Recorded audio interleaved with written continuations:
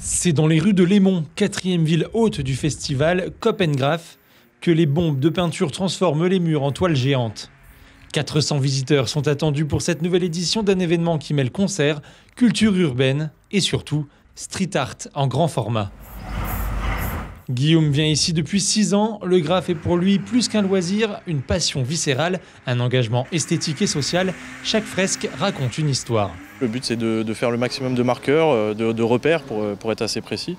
Et puis après, c'est un travail de patience, de suivre chaque repère, de savoir où le dessin va passer sur chaque repère et puis de refaire patiemment, quoi. On va remplir en couleurs avec les couleurs qui ont un rapport avec l'histoire du village, justement.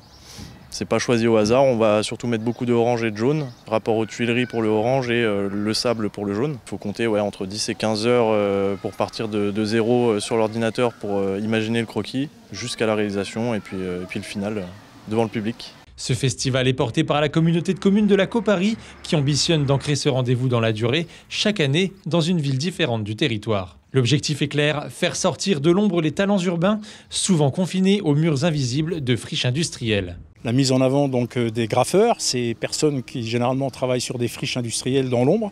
On a souhaité depuis 4 ans les mettre en avant sur l'ensemble du territoire. Alors l'idée, c'est de créer un circuit touristique du graphe pour mettre en avant donc encore une fois le travail des graffeurs, mais aussi le patrimoine qui soit cultuel ou culturel sur le territoire de la Cauparie et le territoire verniculaire et également forestier et végétal.